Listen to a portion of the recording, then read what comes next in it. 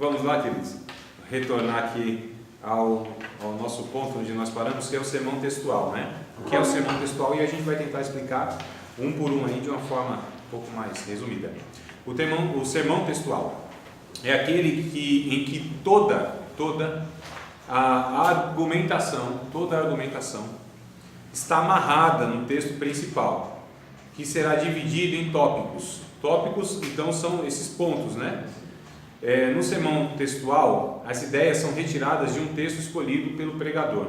O mais comum é o pregador usar a divisão natural do próprio texto. Então, os textos têm uma certa divisão natural dele, onde a distinção das ideias está no texto e apenas deve ser posta em destaque. Então, você destaca aquilo, né? Você comenta aquilo.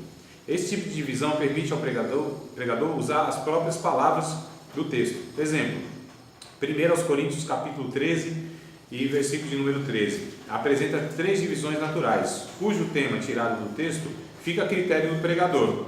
E a gente vai ver aqui como que, aliás, abra na Bíblia, né? Por gentileza aí o texto. Também pode ser dividido por inferência. As orações textuais são reduzidas a expressões sintéticas que encerram o conteúdo, ou seja, essas expressões curtas, resumidas, né? Sintética, sintetizada. Então, se não me falha a memória, vai estar escrito que existe, aqui nós chamamos, amados, de 3 verdades teologais. Então, a mensagem do Evangelho está apoiada aqui, num tripé, se chama amor, fé e esperança, não é isso? Amor, fé e esperança. Então, esse texto, ele tem uma divisão natural, e são declarações, afirmações sintéticas. Elas trazem, resumidamente aí, todo um conteúdo, ou seja, a fé é um conteúdo que a gente tem na Bíblia e aos montes de textos para que a gente aborde a fé. O amor nem se fala, e a esperança também. E aí você pode, em um texto apenas, escolher um tema, né? Um assunto a ser abordado: a fé, o amor, a esperança, ou os 3. Agora, lógico, precisa ser resumido. Lembra daquela questão de você saber dividir o tempo para cada? Então, eu vou falar 35 minutos sobre a fé, sobrou o que para o amor e a esperança? Né? Aliás, nem há esperança que você vai acabar esse texto. E pelo amor de Deus, não faça isso. Né? Então, a gente percebe aqui, esse aqui é o textual. O próprio texto, ele tem as suas divisões naturais, tá bom? Você acha indelicado, sim, o irmão, tipo, o culto termina às 8h30. 8h30 ele está no primeiro tema, vamos dizer assim, né? Termina o culto? Nossa, sim. Aí ele fala, tem mais 5 temas ainda. É indelicado você falar, irmão, você tem mais 5 minutos só. Você acha que isso é conveniente ou deixa, irmão, deixa Deus te usar? Então, veja bem, sempre vai ser constrangedor, né, irmão? Sempre vai ser constrangedor você interromper uma pessoa publicamente. Sempre vai ser constrangedor, mas assim, é por isso que quem convida o pregador precisa conhecê-lo, se ele é ético, se é uma pessoa que, né, então é preciso informá-lo também, se é uma pessoa de repente que não sabe. Geralmente eu pergunto, até que horas eu ir? Na minha própria igreja, que eu sei a hora que acaba o culto, mas eu perguntei, pastor, até que horas que eu posso pregar? Ele falou, André, 45 minutos? Eu falei, tá ótimo, tudo bem. Esses dias aí fala assim, não, 1 hora eu vou te dar. Eu falei, rapaz, é muito. Mas tá bom, se deu 1 hora, então a gente utiliza 1 hora. E o que acontece? Mas sempre será constrangedor, mas às vezes é preciso. Porque se você deixar assim, Deus dará, né? Um dia, foi numa festividade, numa igreja, e eu perguntei, pastor, até que horas que eu posso pregar? Ele falou, se Deus te usar. Se Deus te usar. Aí eu falei, lascou. Se Deus me usar, então só vai ser 5 minutos, e se Deus me usar, eu posso ir até meia-noite. Percebe que coisa desorganizada, né? Não tem. Então, assim, sempre vai ser constrangedor, mas às vezes é preciso. Fala, amado, de uma forma discreta, um bilhetinho, você tem mais 5 minutos, acabou. Principalmente nos cultos de meio de semana, né? Que as pessoas trabalham nesse. Tinha uma técnica muito apurada, muito, assim, muito técnica mesmo, né? Era muito apurada, que era puxar a ponta do pé. Eu já ia sem terra, se fossem esses pregadores. Mas vamos voltar aqui, amados. Tão longe agora. As cadeiras estão longe. Tão longe, né? Então tem que arrumar outro meio, um estilingue, alguma coisa. Pegar uma água, colocar água lá Isso, disfarçadamente, coloca um bilhetinho, né? Você tem mais 5 minutos e tal. Tem umas igrejas que tem relógio. É sério, tem relógio lá. E é regressivo, né? É um relógio regressivo. 10, 9, 8. Vamos lá, amados. E ainda outra divisão que pode ser usada é a textual analítica. Esse tipo de divisão baseia-se em perguntas, né? Quem, que, quando, por quê, como e onde. Ou seja, quem escreveu, né? Que escreveu, quando escreveu, por que escreveu, como escreveu, onde escreveu. São perguntas que se fazem ao próprio texto. Você vai analisando, fazendo essas perguntas. Lucas, capítulo 19, exemplo, né? Verso 1 ao verso 10. Lucas, vamos ler o texto. Abri aqui. Lucas, capítulo 19, verso 1 ao verso de número 10. Que é a conhecida passagem de Zaqueu, né? O publicano. E aí olha como seria muito bom nós entendemos o que é um publicano. Aos olhos dos judeus, quem era o publicano? Né? Por que o publicano é uma classe distinta de pecadores? Eles faziam diferença entre pecadores e publicano. Então publicano parece que era um pecador pior ainda. E olha esses pecadores, o que entra aí no meio vocês não têm noção, viu, irmão? É gente ruim. Né? Pecador, a expressão é um pecador, come com pecadores, eles colocam tudo, prostituta, ladrão, e o publicano é uma parte. Então, olha como seria muito bom nós termos os conhecimentos, né? Aí o que é um publicano. E cuidado, amados, entenda o texto, as expressões. O Zaqueu não roubou as pessoas. Ele disse: se tenho defraudado, se eu fiz isso, o cara já tinha pecado, ainda colocar mais um em cima dele, não é? É igual a Maria Madalena, mulher prostituta. Calma, a mulher já era endemoniada, aí você vai colocar que ela é prostituta? A Bíblia não diz isso. Não é? Todo mundo fala isso. Eu sei. Mas tem origem isso. Tem origem. O Papa, acho que foi no século V, ele foi fazendo a exposição do Evangelho de Lucas, capítulo por capítulo.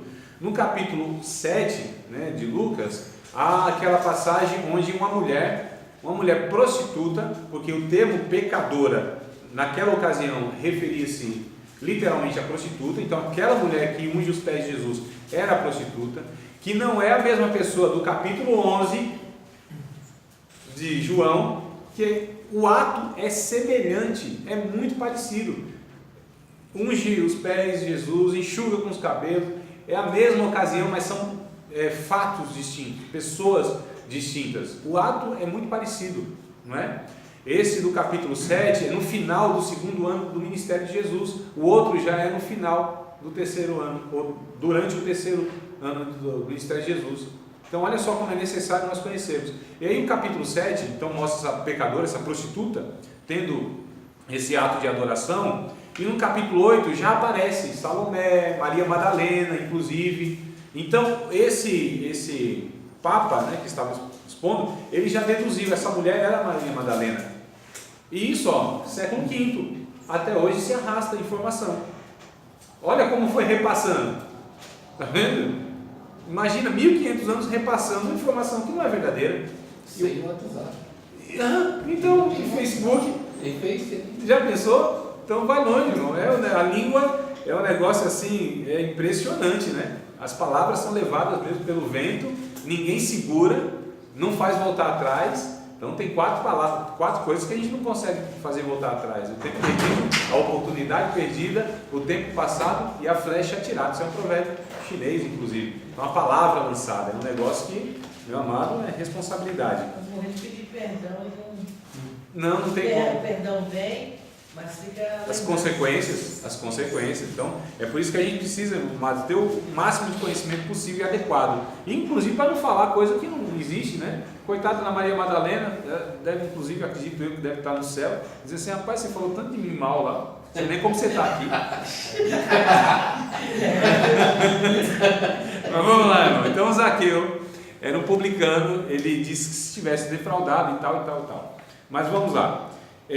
Um exemplo aqui, então, de que nós podemos fazer essas perguntas, né? Quem escreveu, quem era o Zaqueu e tal. a gente pode daí extraindo, através das respostas, já extraindo a mensagem.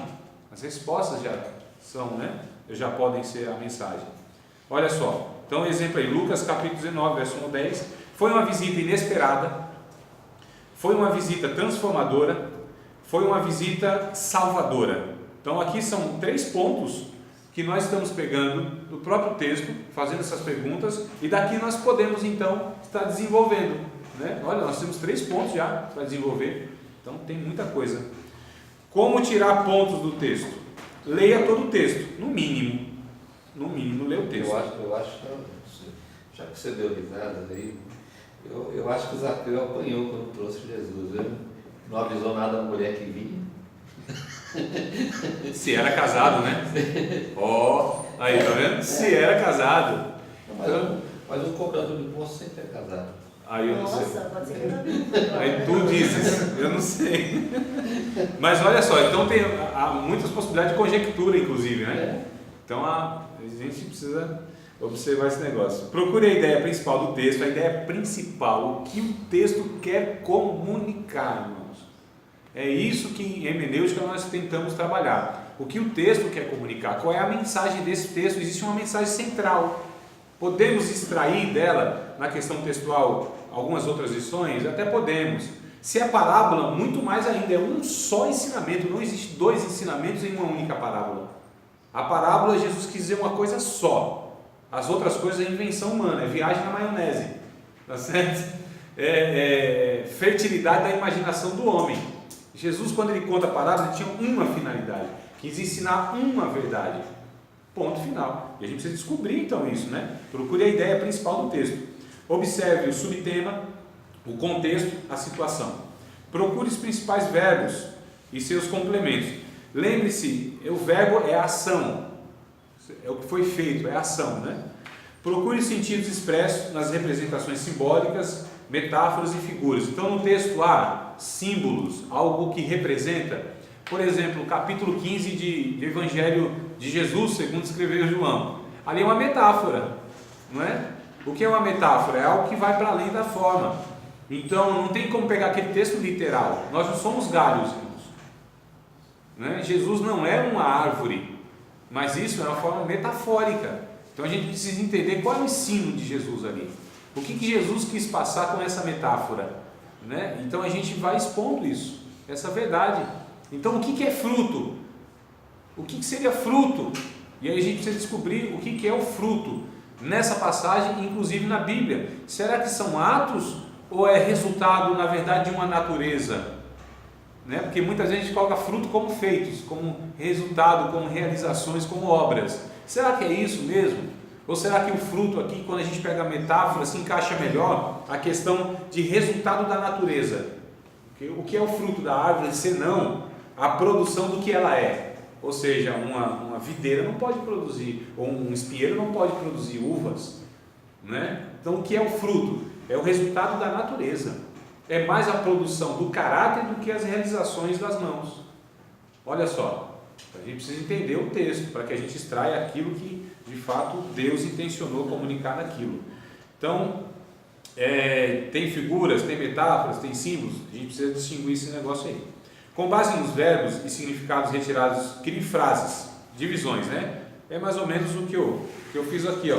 Então, sobre 1 Pedro, aqui foi textual, temático, tá? Então, eu coloquei frases, né? E dessas frases vai derivando, então, o conteúdo, o recheio que a gente chama, né? Falando em bolo aí algum tempo atrás, recheio. Bolo recheado é um negócio fenomenal. Com base nos verbos, então, significados, crie frases, divisões, que os complemente e que passem uma ideia ou estejam ligados à mensagem a ser pregada.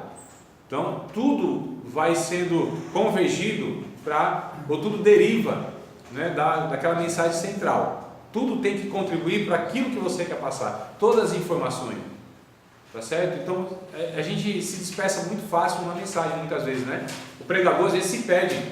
Ele entra em becos, em rua, sem saída, e se perde, às vezes não consegue nem voltar mais. Aí, irmão, nossa, aí vira salada. Ainda que tem um salzinho, um azeite, mas saladinha não alimenta tanto, né? É o sal. Então organize as frases dentro da ideia principal. Leia todo o texto, amado. É um hábito que nós temos que ter. Olha só, o texto do Salmo 40, por exemplo, verso 1 ao verso 4. Então vamos lá para o Salmo 40. Conhecido o Salmo, né? Aqui é só passagem conhecida. E para quem lê Bíblia, toda passagem é conhecida. Não, para quem não lê, meu Deus, vai achar algum livro da Bíblia aí, você vê a dificuldade dos irmãos. Igual o Salmo 42, né? Você fala muito de Jó, né? Salmo não, já O Jó 42?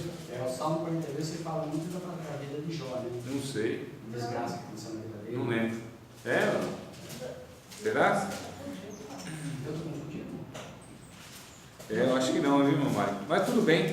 Não, é que é só falando teve um pregador que pregou, ele falou o Salmo 42, ele só falou da vida de Jó. Ah, tá, entendi, agora entendi. É, sim. Então o texto só foi um pretexto. Então vamos lá, mano. Aleluia. Irmão Mário, eu vou colocar, na aula assim, eu vou colocar assim, pérolas do Mário. Né? Todos sabem que tem uma pérola assim do irmão Mário, que é coisa interessante. Vamos lá, Salmo 40, verso 1 ao 4. Eu até fazer uma brincadeira e desistir. Então, se a gente se propôs a estar expondo o texto de Salmo 40, verso 1 ao 4, nós devemos, no mínimo, ler todo o Salmo 40, embora vá se expor apenas 4 versículos, né? Mas a leitura, lógico, se faz a leitura, na exposição se faz a leitura dos 4 versículos que se pretende expor. Tema, nem antes nem depois, no tempo de Deus. Olha só, então esse seria um tema sugerido. Percebam que tem a ver com o texto, não é, irmão? Então não queira pregar aqui sobre as asas do Espírito, sobre a comida dos anjos, nada desse negócio. A introdução. Esperança significa expectação em receber um bem. Olha só, o mundo é imediatista, então a gente vai trabalhar essa ideia. Qual é o corpo? O corpo é todo o desenvolvimento, né? O que acontece quando você espera no Senhor? Olha que coisa interessante, amados. Divisão 1. Ele te retira da condição atual. Qual o seu lado terrível? Então a gente vai aqui derivando do tema, do texto, essas divisões. Isso aqui, na verdade, são quase